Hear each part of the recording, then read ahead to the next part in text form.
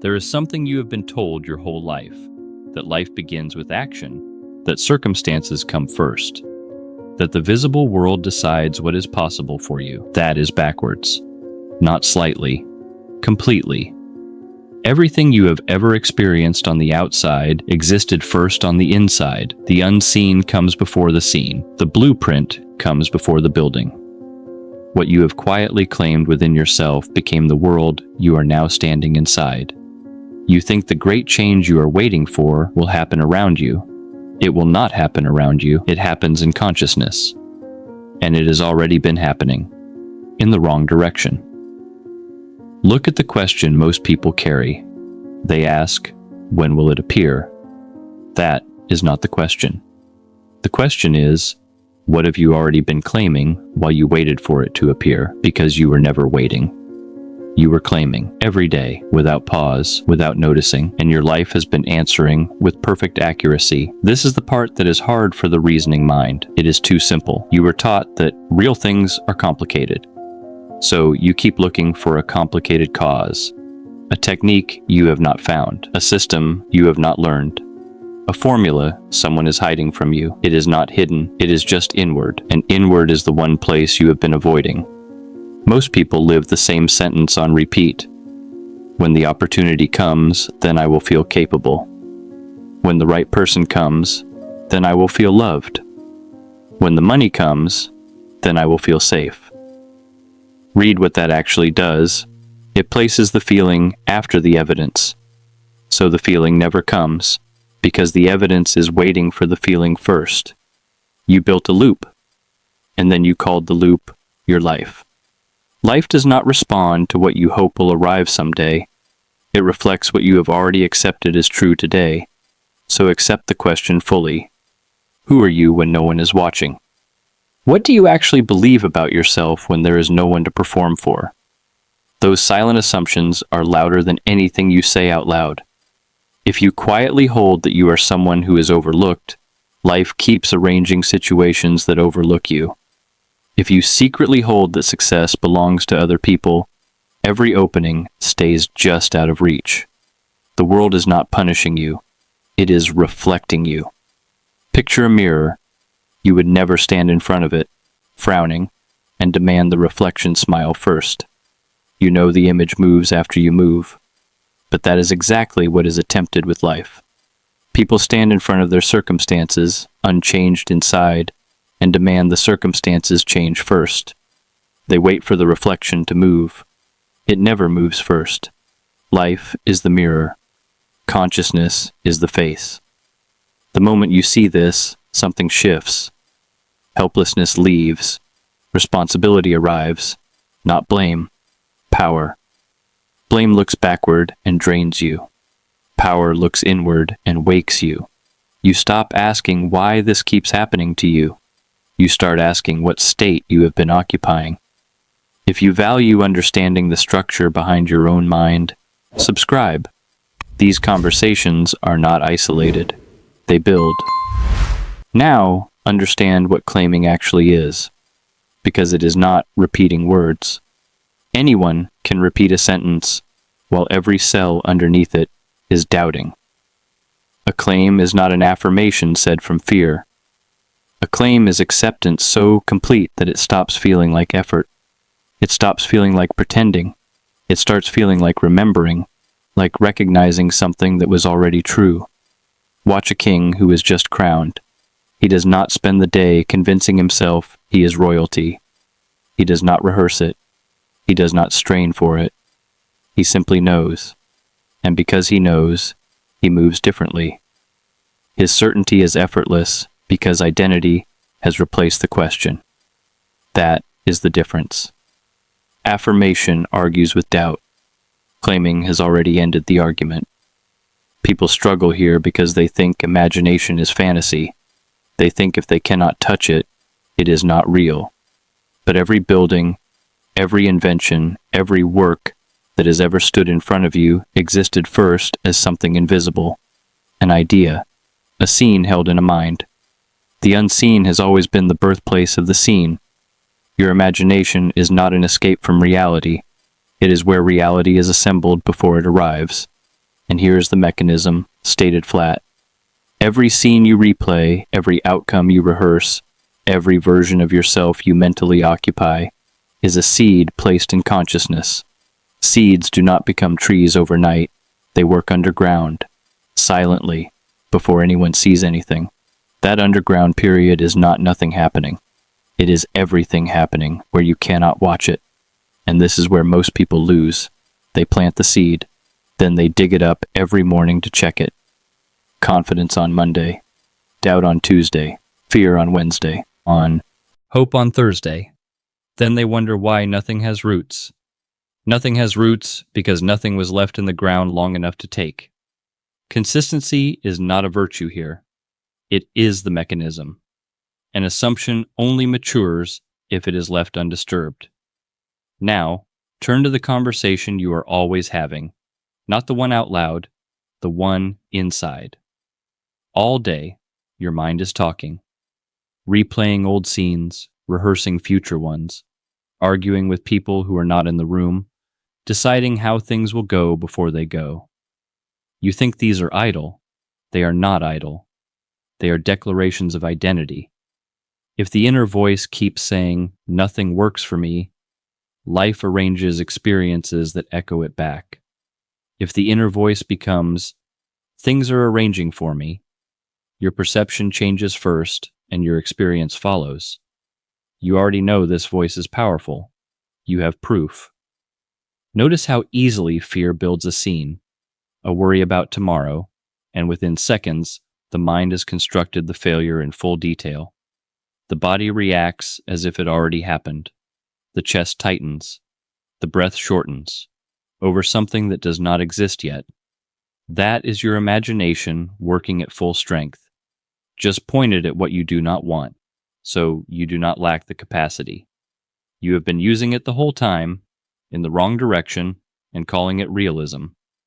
If fear can convince the body of a future that has not arrived, then faith can do the same. The faculty is identical. Only the direction changes, and belief does not grow by force. You cannot strain your way into conviction. Belief grows through familiarity.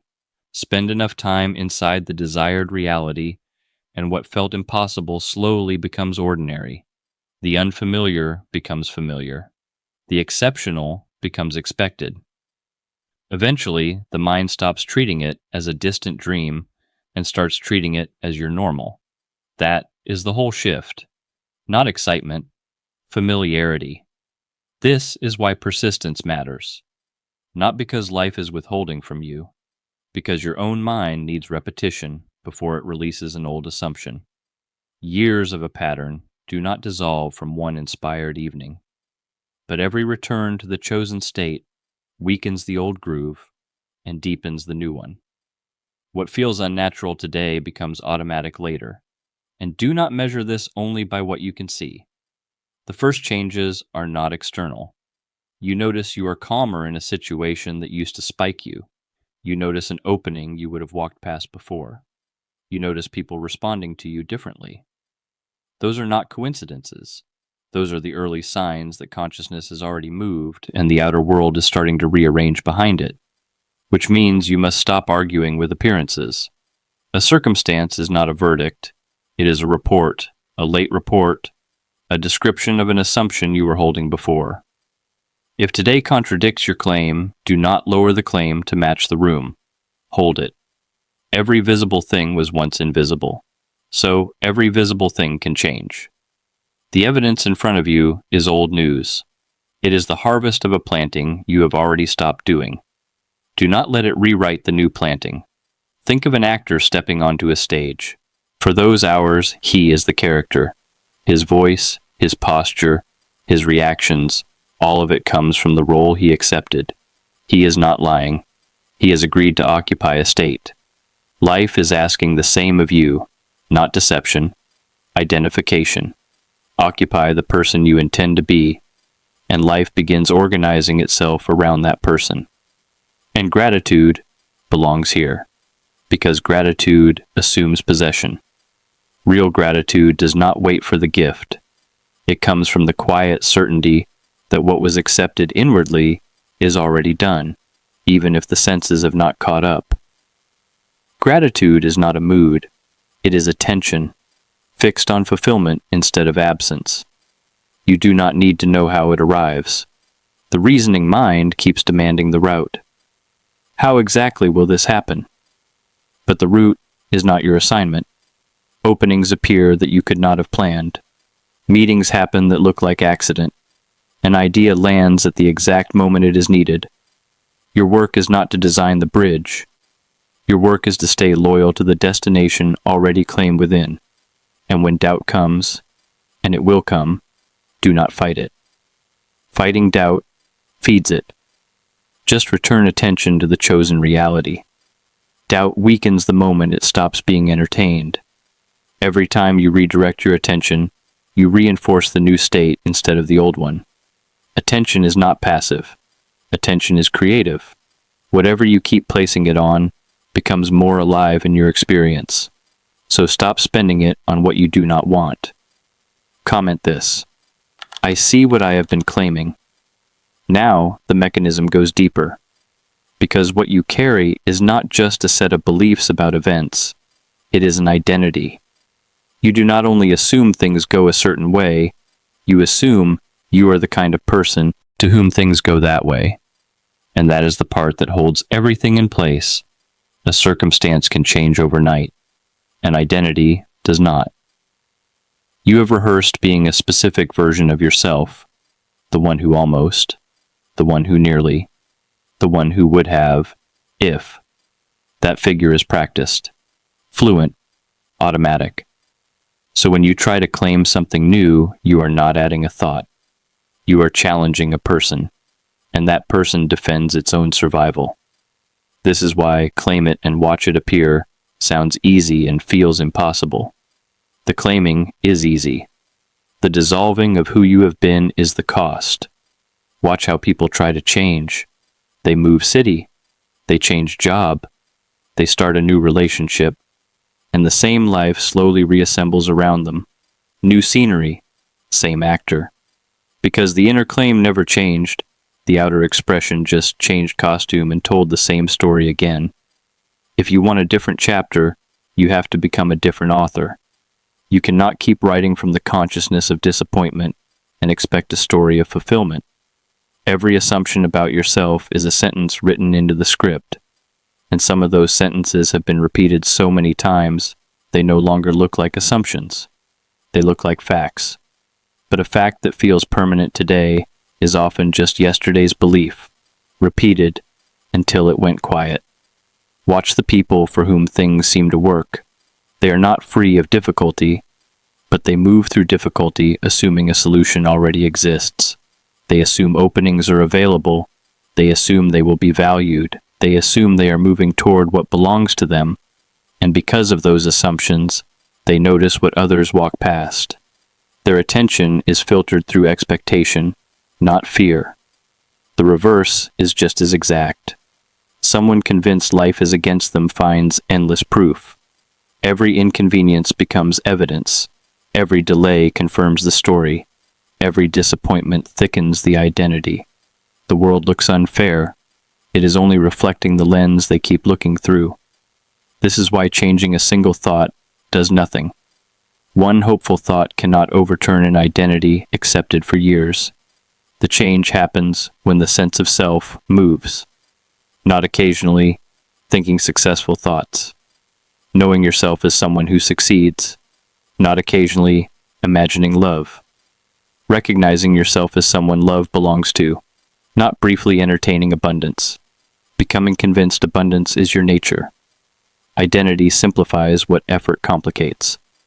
The person who identifies as healthy does not fight for healthy choices. They arise. The person who identifies as calm carries calm into rooms that used to produce conflict. Their behavior is not a battle against themselves.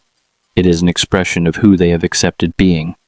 So stop trying to fix behavior from the outside. Become it inwardly first.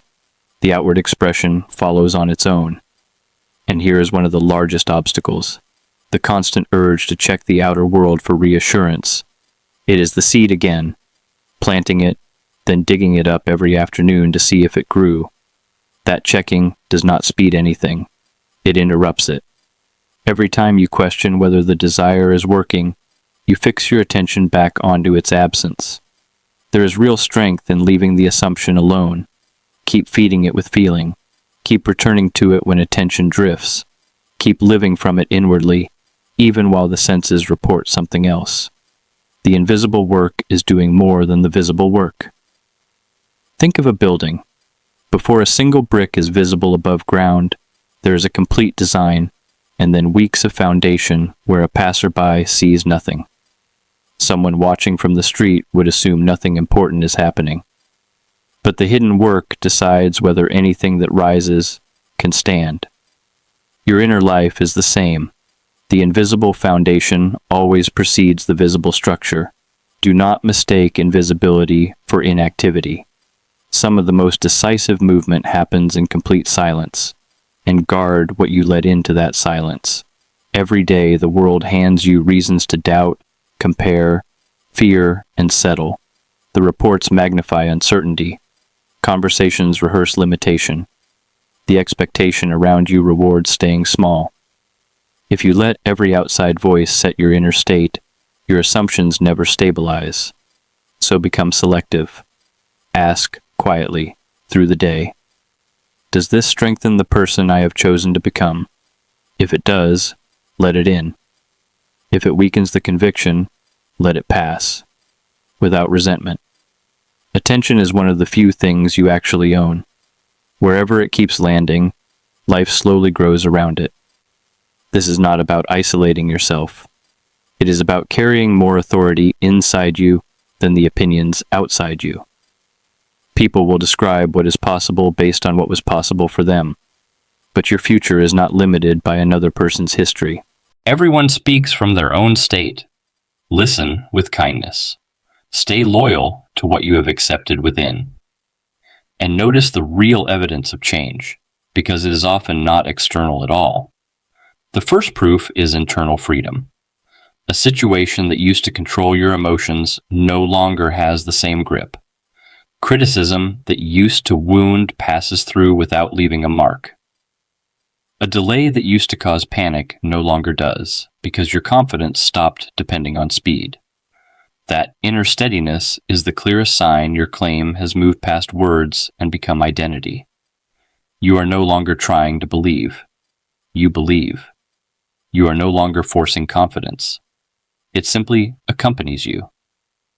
Watch how a child imagines, no resistance, full sincerity.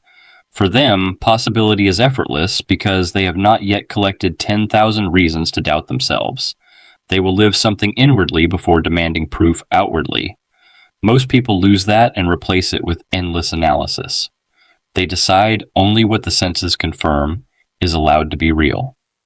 But the senses were never creators. They are reporters, excellent observers, poor creators. They tell you what has already become visible. If you let them set your assumptions, you stay locked inside yesterday's results forever. When consciousness leads perception, instead of following it, new things start entering experience. Consider how your own mood rewrites identical events. One day, a small inconvenience feels enormous because you are already low. Another day, the same inconvenience barely registers because you are already settled. The event did not change. Consciousness did. That alone tells you your state decides the meaning you assign to your life. So choose the state on purpose. Do not wake up and wait to discover how you feel based on what the day shows you. Decide who you are before the day starts speaking. Carry that decision into every room. Let the world meet the version of you that has already accepted fulfillment, not the version still waiting for permission. And there will be moments when the old self asks to return. Old memories will whisper that nothing really changed. Familiar fears will offer you the comfort of who you were. Do not condemn yourself when this happens.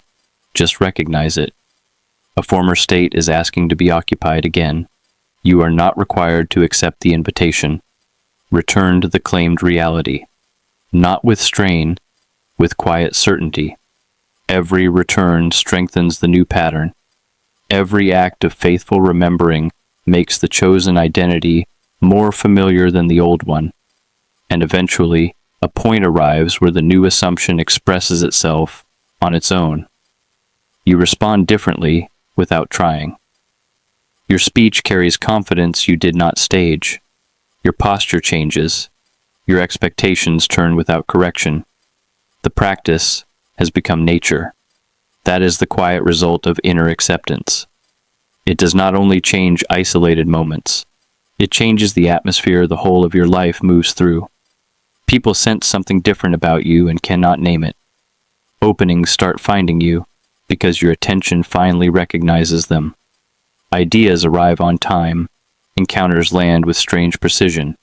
What used to look random starts revealing an order, not because the principle changed, because you finally aligned with it. Every desire you have ever held asks you one question first. Can you accept me before you can see me? If the answer depends on proof, the process stays unfinished. But when the answer becomes an unconditional yes, when you hold the reality so completely that it feels like something you already own, you have crossed a line that cannot be seen.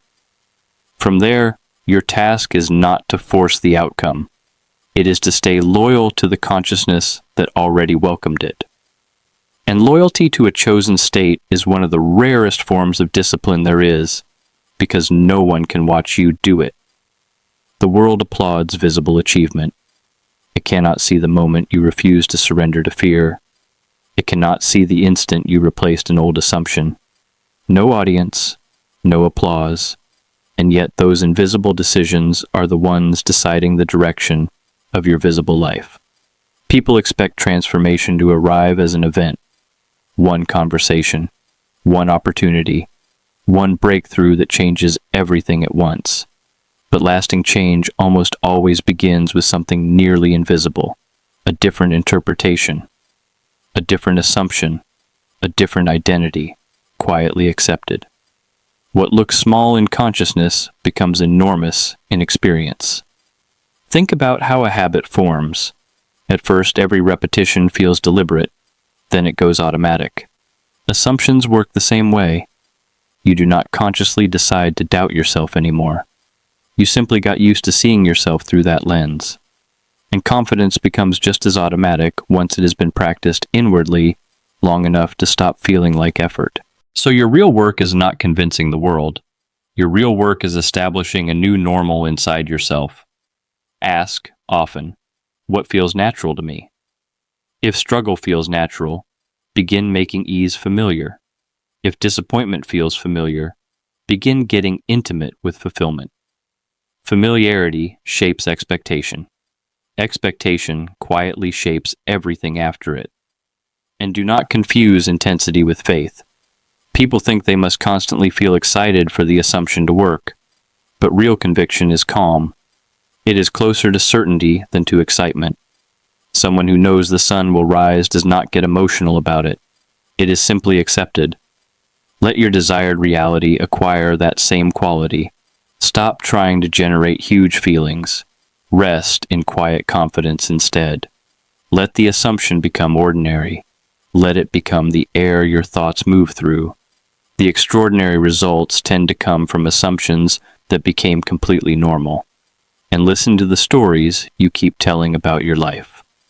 When someone asks how you have been, notice what you reach for. Are you reinforcing old disappointments? Are you introducing yourself through your failures? Every retelling strengthens an identity. If you keep speaking as the version of yourself you say you want to leave, you keep inviting that version into the present. This is not pretending the difficulty never happened. It is refusing to let the past become a permanent definition. Your history explains where you have been. It has no authority to decide where you are going. The only thing with that authority is the consciousness you keep occupying. Think of a traveler with a fixed destination. As long as the direction holds, detours do not change the arrival. Traffic, delay, weather, an unfamiliar road. None of it redefines where they are going. Once you have truly claimed your reality, temporary appearances lose the power to convince you that you are going nowhere. and learn the difference between delay and denial. People give up because they read every delay as rejection. But delay is not denial. Sometimes adjustments are happening beyond what you can currently see. Connections forming, conditions aligning, understanding developing. The visible world often needs time to arrange what consciousness already accepted. Impatience comes from believing nothing is happening. Faith recognizes that a great deal is happening out of sight. Roots before branches. Inner change develops under the surface long before the evidence breaks through. Every day you stay faithful to the assumption thickens those invisible roots. And do not underestimate expectation. Expectation shapes attention. Attention shapes interpretation. Interpretation shapes behavior. Behavior shapes experience. One accepted belief quietly moves every layer beneath it. Someone expecting rejection withdraws before anyone rejects them, and produces the rejection. Someone expecting an opening notices the opening others ignore. The assumption does not just predict the future, it participates in building it. And consciousness responds to whatever occupies it most consistently. It does not separate imagined fear from imagined fulfillment the way you wish it would. It simply takes the repeated impression and makes it more natural. So the question was never whether you are imagining. You are imagining constantly. The question is whether your imagination serves your freedom or your limitation. Every worry is imagination aimed at something you do not want. Every fearful expectation is a rehearsal for an experience you are trying to avoid. If imagination is strong enough to produce real anxiety over things that never happened, it is strong enough to produce real confidence about things not yet visible. So, train the catch. When the mind starts building a scene of disappointment, pause. Do not attack yourself. Replace the scene. The conversation ending well. The opening unfolding. The relationship in harmony. Yourself responding with steadiness instead of fear. That is not escaping reality. That is selecting the reality you intend to strengthen and end the day differently than you started it. Before sleep, let the mind settle on the fulfilled version, not the unfinished problem. Let the last impression of the day be completion, not lack. Move into sleep carrying the feeling that what you accepted is already secure. Sleep stops being only recovery. It becomes a continuation of the state you chose to occupy. And then morning is not a blank start. It is a chance to continue the consciousness you held the night before. Do not wake into uncertainty. Wake into remembrance. Remember who you decided to be. Remember what you claimed. Remember the certainty that does not depend on appearances. And through the day, the ordinary moments become the practice. Standing in a line, walking through a doorway, waiting at a light, sitting quietly for a moment. Each one is an invitation to return to the chosen identity. You do not need special conditions to occupy a new state. Consciousness travels with you everywhere, and slowly your reactions reveal the change before the circumstances do. You catch yourself calmer. Gratitude arrives without prompting. Confidence quietly takes the place of hesitation. You stop reading every silence as rejection and every obstacle as defeat. The world can look the same for a while. Inside, everything is already moved, and when consciousness moves first, behavior follows on its own. Decisions get clearer because they come from confidence instead of fear. Relationships ease because you stop demanding constant validation. Attention frees up because it is no longer consumed by doubt. Even your presence starts saying something words cannot. People call that charisma and treat it like a gift given to a lucky few. Most of it is simpler than that. It is the visible expression of someone no longer divided inside, their thoughts, feelings, and assumptions finally moving in one direction. That inner agreement is what others feel, and that is what peace actually is. Not the absence of difficulty, the presence of inner agreement. When your consciousness stops arguing against the life you have chosen, an unusual calm starts traveling with you. You stop exhausting yourself imagining opposite outcomes every few minutes. The energy stops scattering. It becomes focused, steady, quiet, and that agreement changes your relationship with time. Instead of being pressured by every passing day, you start trusting the sequence. What was firmly accepted in consciousness is not racing a clock. It is moving toward expression in its own order. That trust is not passivity. It produces action that arises from confidence instead of action driven by panic. There is something exact about living from fulfillment before the fulfillment is visible. You appreciate the present without abandoning the vision. Gratitude and expectation moving together. Grateful for what is, certain of what is becoming. Even the language changes.